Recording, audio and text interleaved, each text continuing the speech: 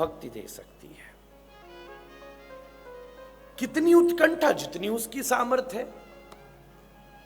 गुरुदेव महाराज, पूज्य पिताश्री एक स्वामी अखंडानंद जी महाराज का दृष्टांत देते हैं। मैंने कई बार कहा है, फिर कह देता हूं। एक शिष्य ने गुरु से पूछा, मैं भगवान को प्राप्त करने के लिए कितना परिश्रम करूं? गुरु जी ने कहा, कल मिलते हैं, मैं जब जमुना नहाऊं तब आ जाना। चेला आया अगले दिन, गुरु जी स्नान कर रहे तो उसे कहा, तू खड़ा क्यों, तू भी आके जरा स्नान कर ले। शिष्य नीचे उतरा और जैसे गोता नीचे लगाया, गुरु जी ने उसको पकड़ लिया पानी के नीचे। वो निकलने ना दे। अब गुरु जी भी बड़े कोई ब्रजवासी होंगे, कोई महाराज गेवी कावन मारे, कोई ढीरो ढारो था नहीं कि 2-4 झटका में निकल जा, तो पूरा जोर लगा दिया, उसके बाद भी नहीं निकलने दी। उसने 2-4 लात घुसे गुरु जी में जमा दी। थोड़ी देर में बाहर निकला तो बड़ा चिल्लाता, बोला, क्या करता था, मार रहा था मुझे? गुरु जी ने कहा, मार नहीं रहा था, तेरे प्रश्न का उत्तर दे रहा था। ये बता, जब तू जल में डूबा था तो क्या चाहता था? बोले, थोड़ी श्वास। कहां से चाहता था? एक एक रोम आपसे लड़ रहा था, थोड़ी श्वास मिल जाए बस। गोविंद के लिए भी इतना ही प्रयत्न कर बच्चे, तेरा काम बन जाएगा। इससे बढ़िया चीज मुझे मिली नहीं इस चीज को प्रमाणित करने की। सच कहूं तो कोशिश इतनी ही चाहिए बस। कई आदमी कहते ना, महाराज ये कितना परिश्रम। आप जो करना ना, कोशिश इतनी ही करना। चाहे वो कर्म की सफलता हो, चाहे वो जीवन की सफलता हो, चाहे वो व्यापार की सफलता हो, और चाहे गोविंद को अपने दर पर लाकर खड़ा करना। प्रयत्न तो इतना ही होता है। उत्कंठा से भक्ति मिलती है। अब भक्ति क्या है? दुनिया में बहुत कठिन है समझाना।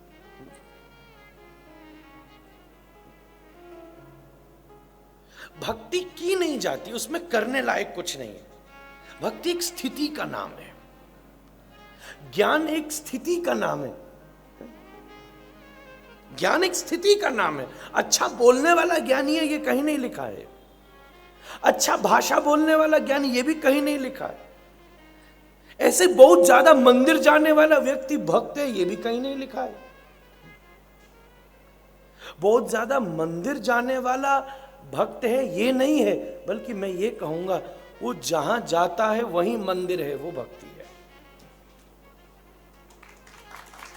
दोनों चीज में फर्क है। वो जहां खड़ा हो जाए वहां मंदिरता प्रकट हो जाती है। प्रहलाद ने एक राक्षस के दरबार में भक्ति कर ली। हिरण्यकश्यपु जैसा राक्षस, उसके यहां उसने खंबे से ईश्वर को प्रकट कर दिया।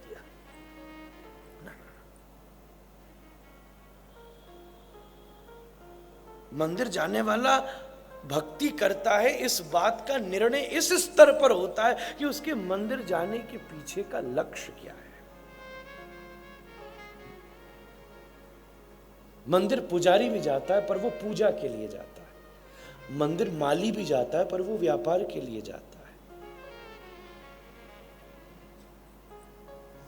कोई जाता क्यों है? मंदिर कोई कर्मचारी भी जाता है पर वो सफाई के लिए जाता है। मंदिर कामनाएं वाले भी जाते हैं पर वो कामनाओं के लिए जाते हैं। इन सबों में छांटकर मैं भक्ति नाम का शीर्षक उसे देना चाहूंगा जो मंदिर क्यों जाता है? श्री राधा रमण के लिए जाता है। बस बस। अच्छा, एक बात कहने में भी मुझे कोई संकोच नहीं है। वो राधा रमण जी के पास जाता है, इस बात से वो भक्त है, इसमें भी मुझे पूरी तृप्ति नहीं हुई है अभी अपनी बात को कहने में। मुझे पूरी तृप्ति तब हो जाएगी कि जब वो राधा रमण जी के पास नहीं जाता बल्कि राधा रमण उसके पास आ जाता है, तो भक्ति की सार्थकता का निश्चय होता है। भगवान ने खुद कहा, वासुदेव सर्वम इति। भक्त भगवान को नहीं ढूंढता, भगवान भक्त को ढूंढता। भाई, भक्ति एक स्थिति का नाम है। It's a stage. ये अचीवमेंट है। एक बड़ी टेक्नोलॉजी, बड़ी बड़ी इंटेलेक्चुअली इसको समझिएगा। ये स्टेज है।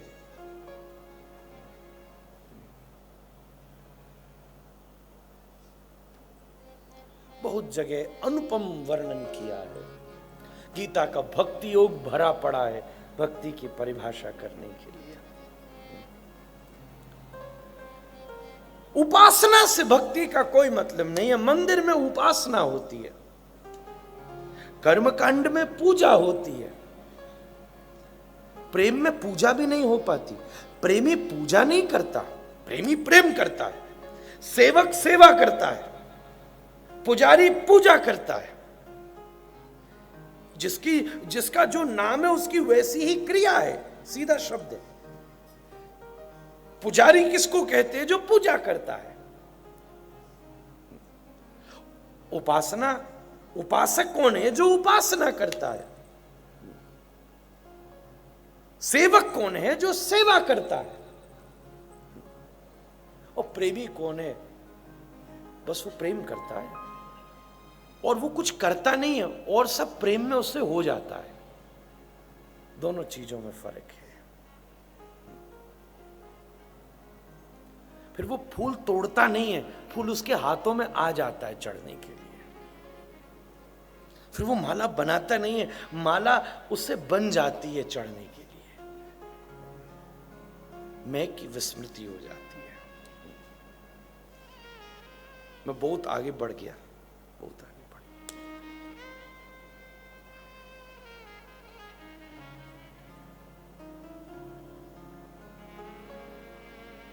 दुनिया में सबसे कठिन है भक्ति के स्वरूप का निर्णय करना।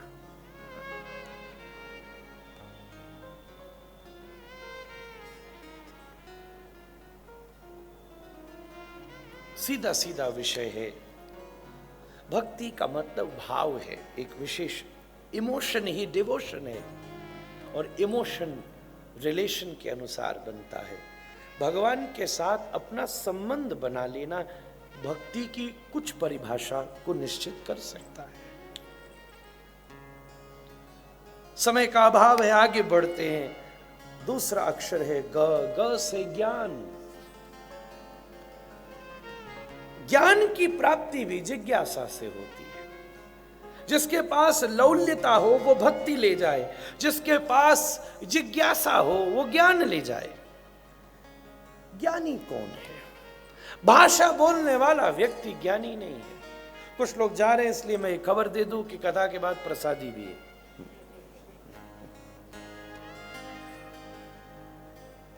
तो जिनको घर जाके बनाने की इच्छा हो वो जा सकते हैं, पर जिनको बना बनाया खाने की इच्छा वो ठहर सकते हैं। बस 2-5 मिनट में विषय समझा रहा हूं। ग सो ज्ञान। ज्ञानी कौन है? ज्ञान भी स्थिति है, बस स्टेज है। भगवत गीता ज्ञानी की अनुपम परिभाषा करता है। निर्माण मोहा जित संग दोषा अध्यात्म नित्या विनिवर्तकान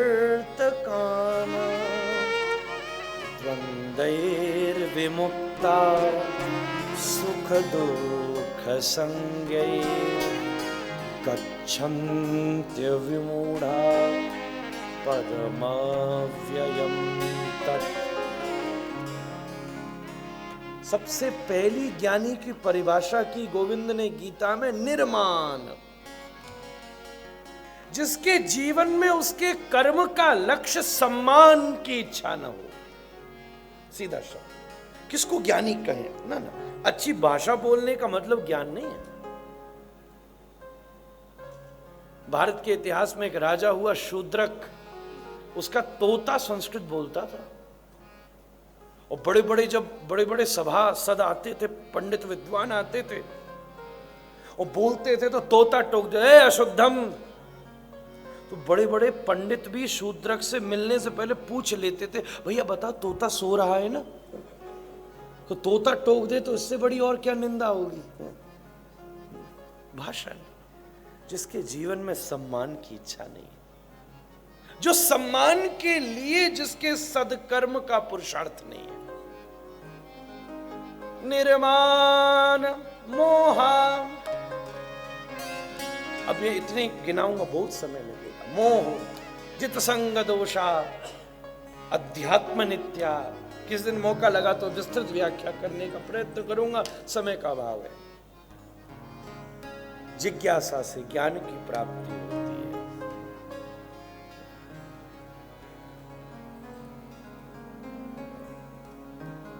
जानने का नाम जिज्ञासा कम है। जानने का, जो जानना चाहता है वो जानकारी लेना चाहता है। जानने का मतलब जिज्ञासा नहीं है, पहचानने का मतलब जिज्ञासा है। जब तुम जानने बैठे हो तो जानकार से जानकारी ले रहे हो तो जान गए, पर जानकारी के बाद में जब पहचानने की शुरुआत होती है तब जीवन में जिज्ञासा का प्रागट्य होता है। अथा तो ब्रह्म जिज्ञासा। वह से वैराग्य कहा। वैराग्य भी सहज नहीं है। कहीं नहीं लिखा कि जंगल में सब छोड़ के भाग जाने का मतलब वैराग्य है।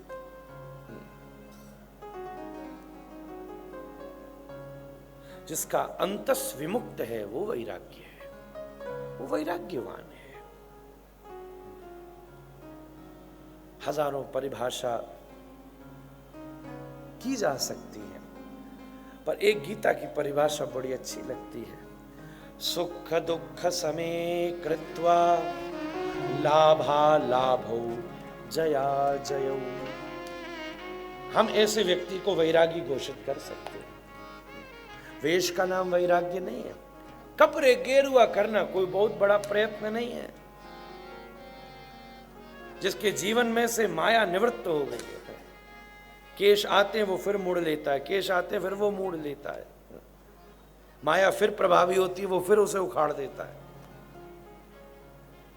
सुख दुख समय कृत्वा। गोस्वामी जी ने इसी श्लोक से एक चौपाई आसपास की उठाई है। निलाभ जीवन मरण यश अपयश विधिहार। सुख दुख समय कृत्वा लाभौ लाभा लाभौ जया जयो। अर्थात सूत्र रूप में कहूं तो जो विवाद से मुक्त है वो वैरागी है, जो प्रतिस्पर्धा से मुक्त है वो वैरागी है। सुख और दुख के मध्य प्रतिस्पर्धा है, जय और पराजय के मध्य प्रतिस्पर्धा, पर जो इन प्रतिस्पर्धाओं से मुक्त है वो वैरागी है। अर्थात जो किसी की विजयता से भी अप्रभावित है और किसी की पराजयता से भी अप्रभावित है। जीवन में ऐसे वैराग्य का उदय आप खींच ले तो बार बार।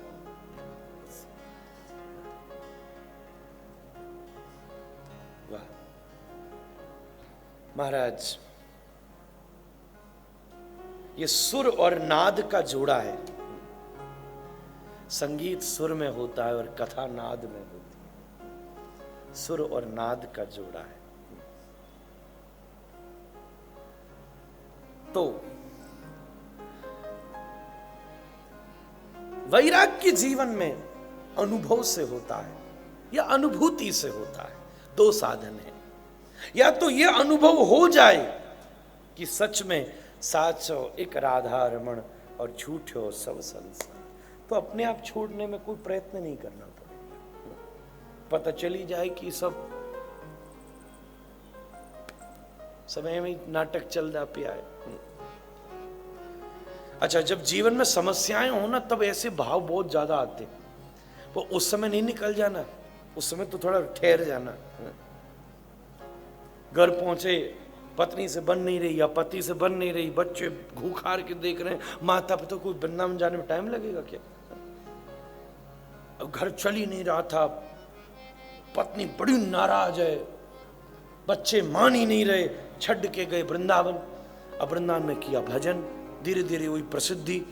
अब एक बढ़िया चंगा उत्थे गेस्ट हाउस बना के कीता तैयार, तुसी कम से कम 50 कमरों का उत्थे बनाया तुसी, एक मंदिर भी। ओ महाराज जी बहुत चंगे सीगे, ए देख दे पत्नी का सूखा प्रेम फिर पैदा ना हो जावे कहीं। और वाह तुसी बहुत चंगे, अच्छा तू भी इधर ही आ जा, कोई गल नहीं।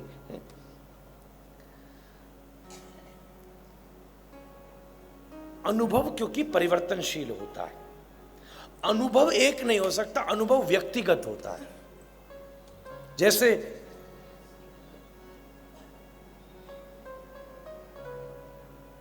कोई मानो शिमला से अभी यहां चंडीगढ़ आया हो, देखो कितनी गर्मी है भाई, इस हॉल में कोई शिमला से आया हो कितनी गर्मी है, और इसी हॉल में कोई जैसलमेर से आया हो तो यार बहुत अच्छा है। पूर्वानुभव ही वर्तमान के अनुभव को सुख और दुख रूप में निर्णीत करते। ध्यान से सुनिए, इसलिए उससे ऊंची है अनुभूति जो गुरु प्रदत्त होती है।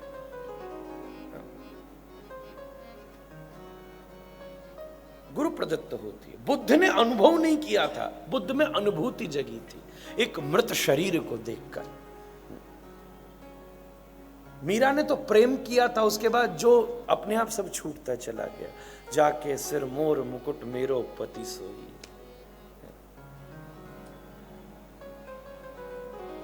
ये वैराग्य का स्वरूप है। अगला अक्षर है त। त से त्याग। त्याग संकल्प से होता है।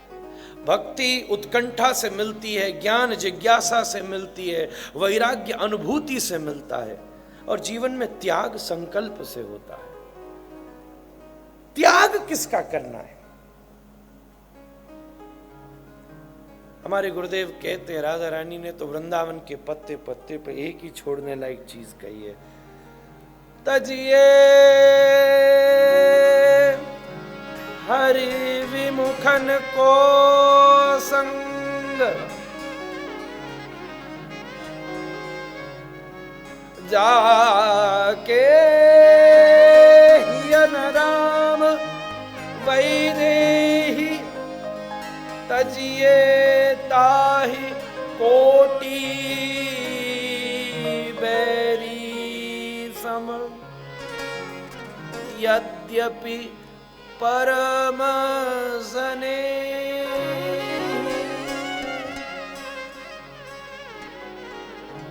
हमें कुछ ज्यादा गाना गुना इतना नहीं आता। यहाँ सब तेजस्वनी दीदी बैठी हैं, अर्चना जी बैठी हैं, बड़े बड़े यहाँ भी सब बड़े बड़े दिग्गज बैठे। आज ऋषि रंजन जी, यही नाम ये बैठे, हमारे बड़े महाराज जी के शिष्य हैं, बड़े बारीक कलाकार हैं चंडीगढ़ के। आप हमारे चंडीगढ़ परिकर को पता भी नहीं था, हमने ये हीरा खोजा यहाँ से। हमको मिले लंदन में जाके एक जगह, हम कथा करें, बोले महाराज जी मैं बड़े महाराज जी का शिष्य हूँ, यहाँ गाने आया हूँ। तब से असी इन फड़ लेता, और आज बड़े दिन बाद पहली बार पधारे, बहुत सुंदर।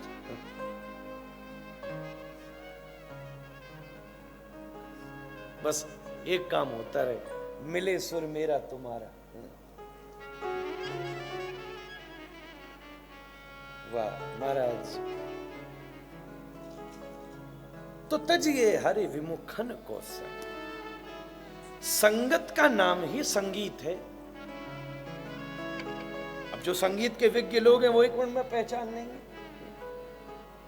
एक कौन सा राग है, क्या चल रहा है?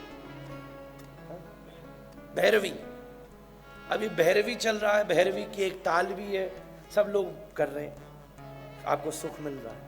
अब इसमें किसी ने भी एक विसंगति करियो,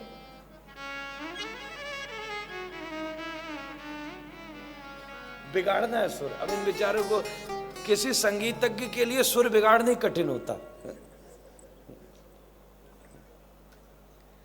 अगर कोई सुर बिगाड़ दे, एकदम चौंक जाए, ये क्या हुआ, एकदम अचंभित हो जाता है, वो ताल बिगाड़ दे। अच्छा, ऐसा नहीं कि केवल संगीत जानने वालों को ये पता चलेगा, सुनने वाला भी एक क्षण में, एक मिनट में पहचान देगा कि ये एकदम बहती धारा में कंकड़ी कहां से गिरी, एकदम चौंका। आपको जानते हो, जिसके सुर खराब हो जाते उसी को असुर कहते हैं, और जिसकी तालें खराब है वही बेताल है, विक्रम बेताल बेताल है। संगत का नाम ही संगीत है। विसंगति होते ही विचार में परिवर्तन आ जाता है। त्याज संकल्प से होता है, यही भागवत है। भ से भक्ति, ग से ज्ञान, व से वैराग्य और त से त्याग। भागवत का पहला श्लोक कुछ इस प्रकार है। आप मेरे साथ गुनगुनाएंगे तो मुझे अच्छा लगेगा। आइए पहला श्लोक साथ मिलकर बोलते हैं। सच्चिदानंद रूपाय, सुर इसमें सीधा सीधा कर दो। सच्चिदानंद रूपाय, सच्चिदानंद रूपाय, विश्वोत्पत्त्यादि हेतवे, विश्वोत्पत्त्यादि हेतवे, तापत्रय विनाशाय, तापत्रय विनाशाय, श्री कृष्णाय वयं नुमः।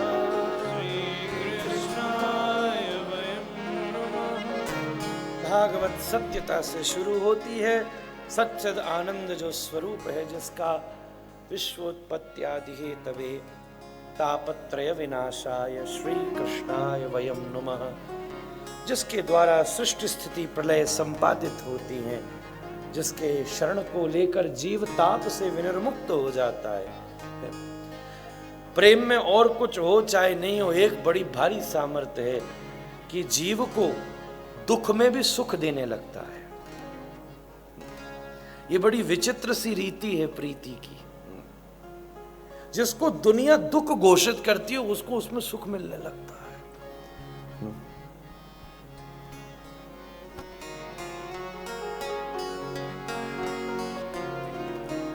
गाने लग गए तो चला जाएगा सब। दुनिया प्रीति होते ही अकिंचनोपि गोविंदो, बड़ा सुंदर एक श्लोक स्फुर्जित हुआ है। दुनिया जिसको दुख घोषित करती है,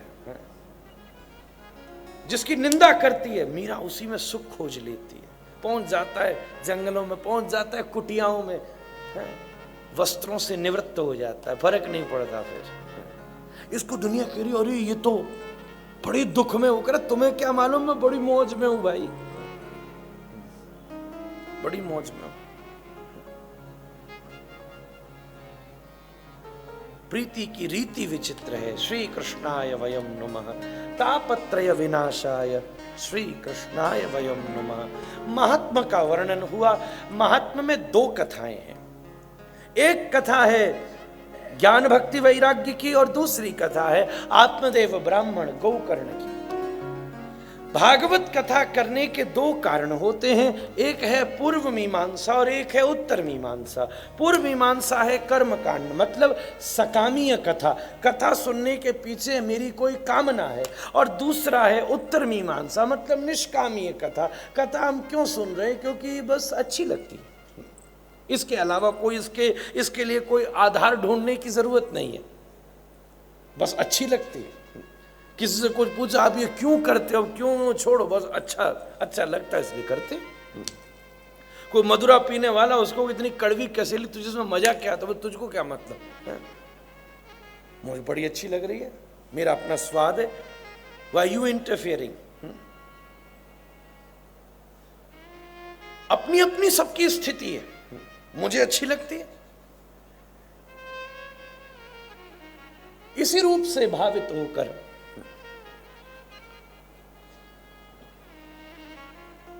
महाराज कथा भी अच्छी लगती है इसलिए सुन रहे हैं। तो सकामता और निष्कामता, ये दो लक्षण हैं। इसी प्रकार महात्मा को भी दो भागों में बांट दिया गया। जो कथा सकामीय सुन रहे हैं उनके लिए गोकर्ण वाली कथा का महात्मा बताया गया कि भाई इस प्रकार प्रेत बन गया क्योंकि जीवन इतना अच्छा नहीं था। और फिर भागवत ने श्रीमद् भागवती वार्ता प्रेत पीड़ा विनाशिनी। और दूसरी तरफ निष्कामवादियों के लिए प्रसंग है कि एक दिन ज्ञान भक्ति वैराग्य तीनों दुखी हो गए थे। समाज में ये तीनों दुखी हो गए। दुखी होने का मतलब क्या है? इनका कोई प्रयोग नहीं बचा, ये कोई सार्थक नहीं हुए। तब जब बैठ करके सनकादिकों ने श्रीमद् भागवत सुनाई तो भक्ति भी प्रसन्न हो गई, ज्ञान भी स्वस्थ हो गया और वैराग्य भी प्रकट हो गया। ये बात तो पक्की है। अब देखो, भक्ति होगी तो कथा सुन रहे होगे, सुन रहे हो ऊंची ऊंची बातें तो ज्ञान मिल ही रहा है, और कुछ नहीं तो 3 घंटे के लिए तो हमने आपको बैरागी बना ही दिया।